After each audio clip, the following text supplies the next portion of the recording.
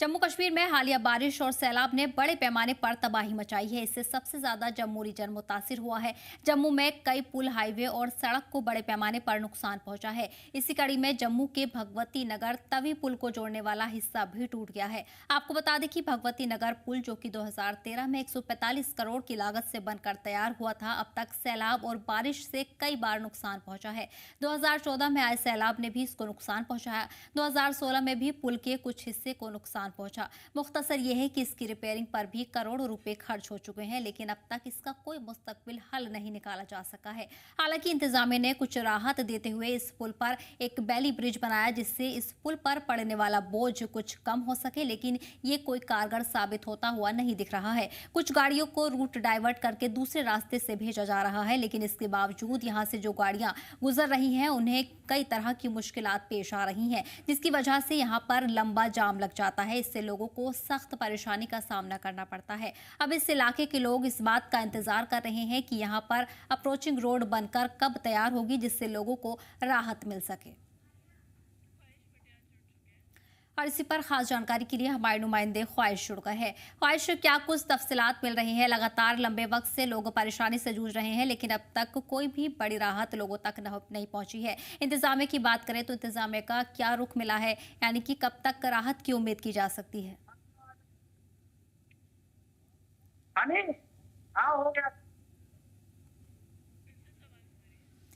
और वही ख्वाहिश हमारे साथ बनी हुई है। ख्वाहिश, किस तरह की डिटेल्स मिल रही है? कब तक लोगों को राहत मिल सकेगी? इंतजामिया का अभी तक क्या रुख देखने को मिल रहा है? देखिए, मैं आपको बता दूं कि जिस तरह से तमाम जो बस जो है कई जगह करने की बात निकल के सामने आ रही है, लेकिन अभी बहुत सारी ऐसी जगहें हैं जहाँ पर काम शुरू नहीं हुआ है। पर्टिकुलरली भगवती नगर जो पुल है, उसका भी काम अभी पैरेलली शुरू नहीं हुआ है, तो उसका खामियाजा कहीं ना कहीं लोगों को भुगतना पड़ रहा है। लेकिन जो थोड़ा बहुत स्ट्रेच था, उसे कल वन वे ट्रैफिक के लिए जो है शुरू किया गया है। ओवरऑल जो पुल है उसका अभी काम 1% भी शुरू नहीं हुआ है, तो साफ तौर पर लगता है कि इसकी दोबारा से डीपीआर बनेगी प्रोजेक्ट, इसको इसके बारे में क्योंकि स्टडी करनी पड़ेगी। इससे पहले भी 2014 में ये बनके तैयार हुआ था, फिर उसके महज 11 साल के बाद ये पूरा स्ट्रक्चर जो है वो चला गया, टूट गया, और अब एक बार फिर से उसको दोबारा बनाना होगा, लेकिन नई तकनीक इस्तेमाल करनी होगी। बाढ़ ने जो सूरत हाल बनाए, उसने कई निचले इलाकों को डुबो दिया और पुल भी, सड़कें भी नहीं बची हैं। ऐसे में काम जो है वो अभी कब शुरू होगा इसको लेकर कहा नहीं जा सकता। वहीं सेना की तरफ से बनाया हुआ पहली ब्रिज जो है कुछ हद तक राहत देने का काम कर रहा है, लेकिन ना काफी है। बहुत ज्यादा ट्रैफिक जैम लगते हैं उसमें, सिचुएशन काफी खराब रहती है और लोगों को परेशानी आती है। साथ ही साथ कई सारे निचले इलाकों में भी पानी भर गया था, जहां पर अभी भी आप, क्योंकि बाढ़ को आए हुए लगभग 1 महीना पूरा हो गया है और बड़ी सारी जगहों पे अभी भी जो है मलबा निकल रहा है, कनेक्टिविटी दुरुस्त नहीं हुई है। और आप कह सकते हैं कि जो सरकार को अभी तक जो कुछ ना कुछ करना चाहिए था वो नहीं किया है। लोग परेशान है, इससे लोगों की स्थिति बड़ी दयनीय है।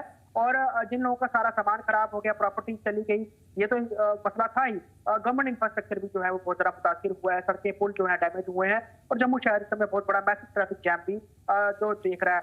मेरे साथ कुछ लोग हैं, मैं उनसे बात करूंगा। मैं आपका नाम जानना चाहूँ, क्या नाम आपका?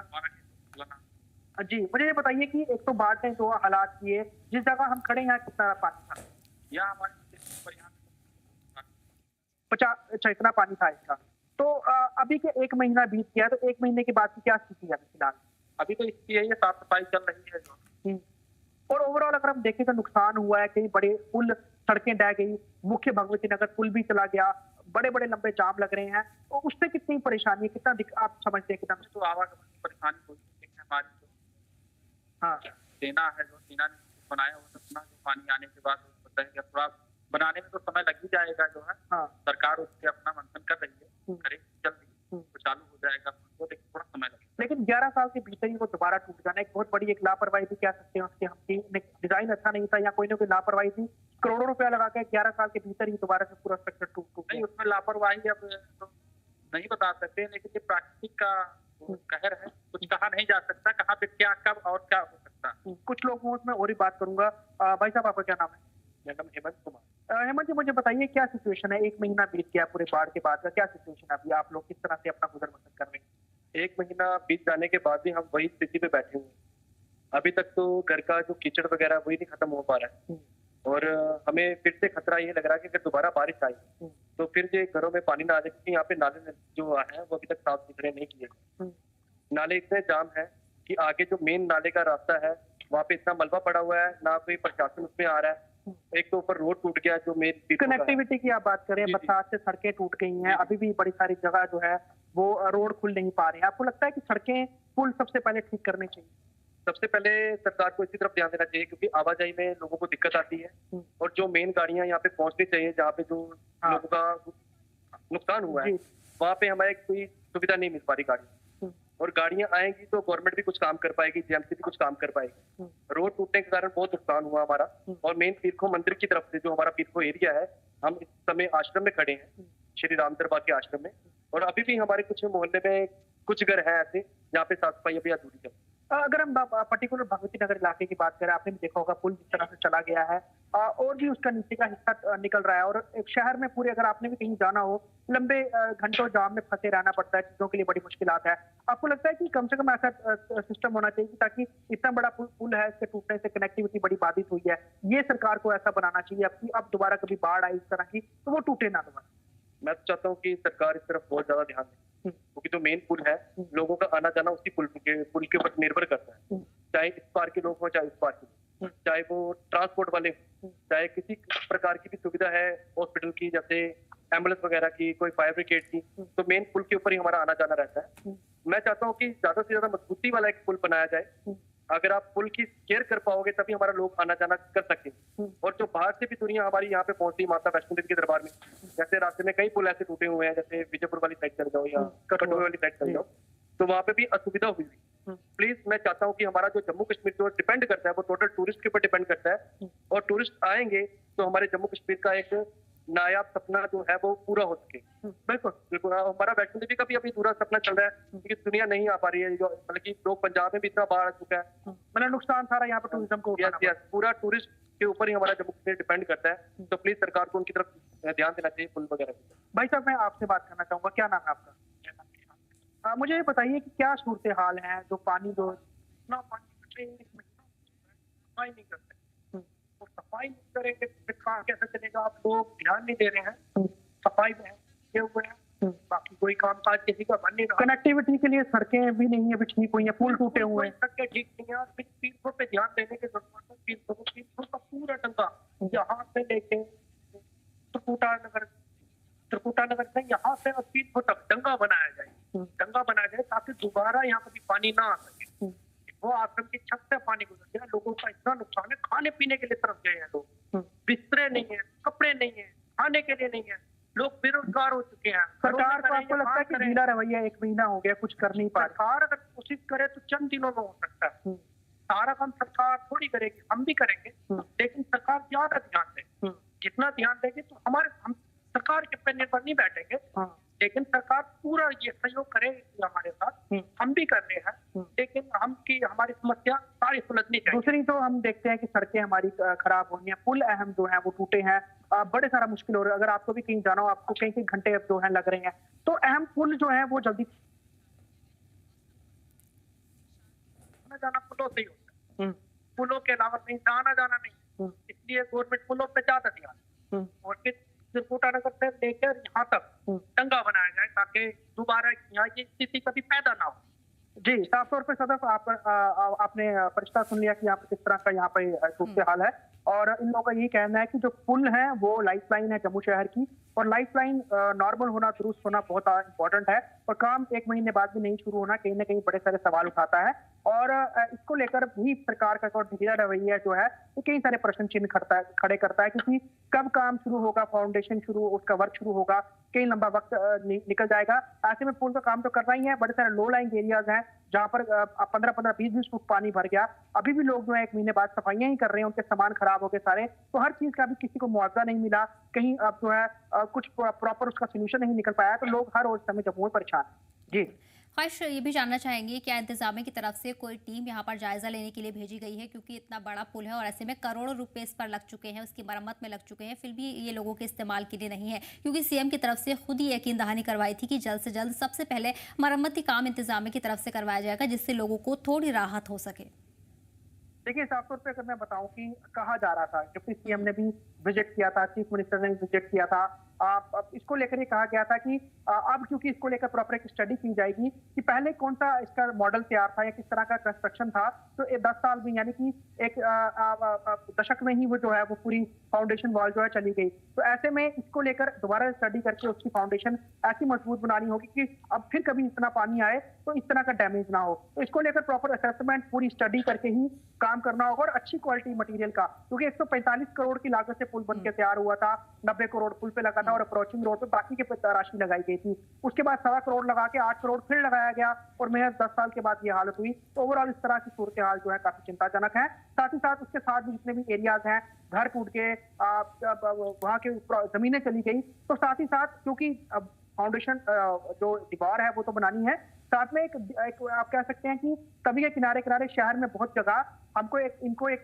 बड़ा स्ट्रक्चर ऐसा बनाना होगा, जो सपोर्ट वॉल बनानी होगी, जिससे जो है कहीं ना कहीं आपको मैं बताऊं कि आगे कभी बाढ़ के सूरत हाल हो तो शहर के लो लाइंग एरियाज जो है वहां पे पानी ना घुसे, इसको लेकर बांध बनाना बड़ा जरूरी है, क्योंकि पूरे जम्मू शहर के लो लाइंग एरियाज प्लस जो जितने भी कनेक्टिंग ब्रिजेस हैं उन तक वो जो है वो सीधा लिंक कर। जी तो इस बीच आपको बता दें कि सैलाब से तबाही के बाद लोग अभी भी इस परेशानी से जूझ रहे हैं। ऐसे में मरम्मती काम अभी तक मेन इलाकों में शुरू नहीं किया गया है, जिसके चलते ट्रैफिक भी मुतासिर है और आने जाने में भी लोगों को खासा मुश्किल है। लेकिन हैरानी की बात यह है कि इंतजामिया अभी तक इलाके में नहीं पहुंची है और ना ही कोई किसी तरह का मरम्मती काम शुरू किया गया है। ख्वाहिश तमाम जानकारी के लिए बहुत बहुत शुक्रिया। बातचीत करने में भी लोगों को खासा मुश्किलात पेश आ रही हैं और इस परेशानी में वो लंबे वक्त से जूझ रहे हैं, जहाँ इंतजामिया से लगातार उनकी तरफ से मांग की जा रही है। ऐसे कई इलाके हैं जहां इस परेशानी से लोग जूझ रहे हैं और लगातार इंतजामिया से गुहार लगा रहे हैं। आपको बता दें कि सेंट्रल कश्मीर के बडगाम जिले के दर्जनों गांव में इस परेशानी से लोग जूझ रहे हैं। इससे लोगों को हर रोज सख्त परेशानी है। आज के दौर में जहां लोगों की जिंदगी मोबाइल नेटवर्क पर पूरी तरह से डिपेंड है, वहां नेटवर्क की कमी ने लोगों की जिंदगी को बुरी तरह से मुतासिर किया है। आपको ये भी बताते चले कि खान तहसील के कई गाँव जैसे जोगियारी, नवरोज बाबा और दीगर इलाकों में या तो नेटवर्क बिल्कुल नहीं है या फिर नेटवर्क सिग्नल इतने कमजोर है कि मोबाइल फोन भी ठीक तरह से काम नहीं कर पाते हैं। इसी तरह खान साहिब तहसील के भी कई गांव ऐसे हैं जहां नेटवर्क कनेक्टिविटी बुरी तरह से मुतासिर है।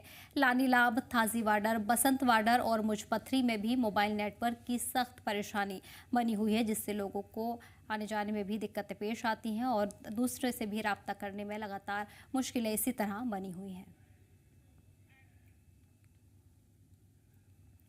इसके अलावा बीरवा तहसील के भी कई हिस्सों में ये परेशानी बनी हुई है, जहां टेलीकॉम एजेंसियों की नाकामी ने लोगों को परेशान कर रहा है। आपको बता दें कि लोग इंतजामिया से लंबे वक्त से मांग कर रहे हैं, लेकिन अभी तक कोई खासा ध्यान नहीं गया है, ना ही इलाके में कोई इंतजामिया की जायजा लेने के लिए टीम पहुंची है, जिसके बाद से ही लोग लगातार इस परेशानी को उजागर करने की कोशिश कर रहे हैं। इंतजामिया से फौरन मदाखलत की अपील लोगों की तरफ से कई बार की जा चुकी है। इस परेशानी से लोगों को सख्त मुश्किलात पेश आ रही हैं। आपको बता दें कि कई ऐसे इलाके हैं जहां लोग इस परेशानी से मुतासिर हो रहे हैं। खान तहसील के भी कई गांव ऐसे हैं जिससे लोग इस परेशानी से जूझ रहे हैं। खासतौर पर जोगियारी, नवरोज बाबा और दीगर इलाकों में नेटवर्क बुरी तरह से ठप पड़ा हुआ है।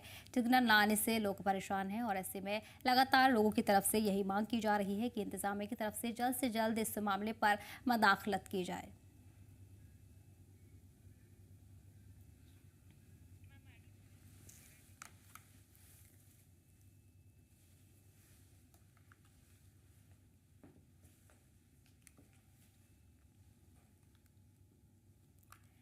इस बीच आपको बताते चले कि चरारे शरीफ के कई इलाकों में भी यही परेशानी बनी हुई है। नागबल और आसपास के इलाकों में भी नेटवर्क की भारी कमी है। टेलीकॉम सर्विस से लोग नहीं जुड़ पा रहे हैं और पूरी तरह से सिग्नल ठप पड़े हुए हैं, जिसके चलते मकामी लोग खासे परेशान हैं। इसके अलावा आसपास के इलाकों में भी इसी तरह की परेशानी बनी हुई है। आपको बता दें कि बीरवा तहसील के भी कई हिस्सों में यही परेशानी जारी है, जहाँ टेलीकॉम एजेंसियों की नाकामी ने लोगों को परेशान कर रखा है। ये नाकामी लंबे वक्त से देखी जा रही है, जिसके चलते अब लोग खासे परेशान हो रहे हैं और लगातार मदद की गुहार लगा रहे हैं। लोगों की तरफ से इंतजामिया से भी इस मामले में मदाखलत की अपील की गई है। साथ ही साथ टेलीकॉम एजेंसियों से भी राब्ता करने की कोशिश लोगों की तरफ से की जा चुकी है। आपको बता दें कि कनेक्टिविटी बेहद ख़राब है, जिससे लोगों को राब्ता करने में मुश्किलात पेश आती हैं और किसी भी तरह की एक्टिविटी करने में नाकाम होते हैं।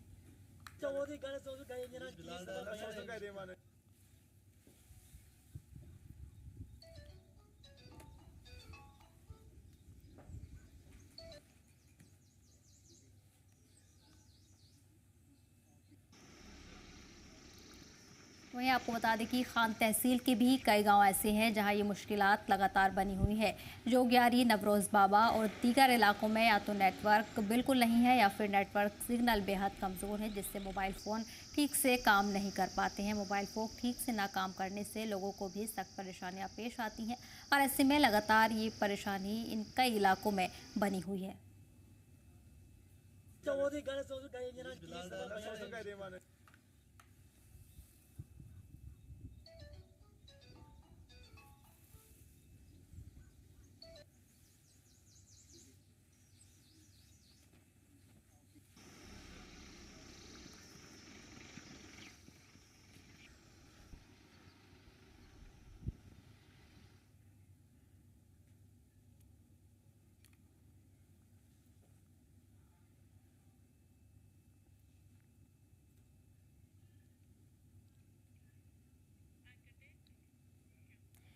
और वहीं जम्मू पठानकोट नेशनल हाईवे पर लखनपुर के पास घंटों लंबा ट्रैफिक जाम लगा हुआ है, जिससे आम आवाम को भारी परेशानी का सामना है। मकामी लोग और ड्राइवर ने इल्जाम लगाया है कि हाईवे की हालत बेहद खराब है। जगह जगह सड़कें टूटी हुई हैं। बावजूद इसके नेशनल हाईवे अथॉरिटी लगातार टोल वसूल रही है। हाल ही में आई भारी बारिश की वजह से कठुआ जिले में वाक़ रावी और सहार खड्ड पर बने पुलों को नुकसान पहुंचा है। इससे रूट पर ट्रैफिक और भी ज्यादा बाधित हुआ है। मकामी लोगों का मानना है कि जब तक हाईवे की मरम्मत पूरी नहीं हो जाती है और पुलों की हालत में सुधार नहीं हो पाता है, तब तक टोल वसूली पर रोक लगाई जाए। उनका कहना है कि आवाम से वसूले जाने वाले टोल टैक्स का मकसद बेहतर रोड की सहूलत फराहम करना है। नहीं रोड है तो नहीं है टोल होना चाहिए। साड़ी ये मांग है। जम्मू कश्मीर के अंदर इन्हें लुट खसुट पाई दी है प्रशासन ने। ये 2-2 घंटे इतने एंबुलेंस फसी रही है। बच्चे परेशान है, अस परेशान है। मोटरसाइकिल ले आए जो जिथे 50 रुपये तेल लगता 150 रुपये तेल फूका करने और सारा बहुत सारी जनता पर पवा करता। जम्मू कश्मीर के अंदर जिन्हें भी सेब के व्यापार ने या जम्मू कश्मीर के जो लोकल सेब की तलाई करते निक्के मोटे जो व्यापारी ने उनके ट्रकों के उपर कितना असर पवा करता। सेब खराब हुआ करता। आए दिन सरकार इसी नहीं सोचा करती। सिर्फ ठेके के उपर जी कमीशन सरकार की जानी है, पैसे जाने उन्हें इन्हें ढिड भरने वास्ते अपने काम की लगे रहे। लोग बाढ़ में जाए। मैं लखनपुर से आया हूँ, माधोपुर सवारी लेकर आया हूँ माधोपुर से, लेकिन रोड की वो हालत है।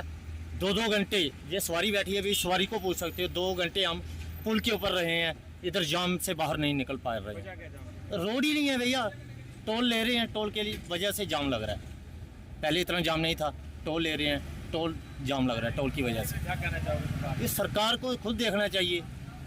सरकार को खुद देखना चाहिए कि रोड है नहीं, टोल किस वजह से ले रहे हैं हम। पूरा नाशी से यहाँ तक कल से 3 दिन लगे हैं यहाँ तक आने में। इतना जाम है, कहने की बात नहीं। टोल की वजह से जाम है तो पूरा टोल की वजह से जाम है। फिर किस लिए? पूरा टोल की वजह से भाई जाम है पूरा। फिर भी टोल काट रहा है। फोटो खींच के फिर टोल काटेंगे यार। रोड भी ठीक नहीं है, पूरा तहस नहस हो गया रोड को। एरिया से सुबह मैं 3 बजे चला था और उसके बाद मेरे को जाना था कालीबरी जाना था और मेरे को ना कम से कम ज़्यादा नहीं तो 6-7 घंटा जाम में निकल गया सुबह। हाँ जी, अभी आया हूँ तो अभी रॉन्ग साइड गाड़ी करके फिर निकले। हाँ जी, जाम बहुत लगा हुआ है जी।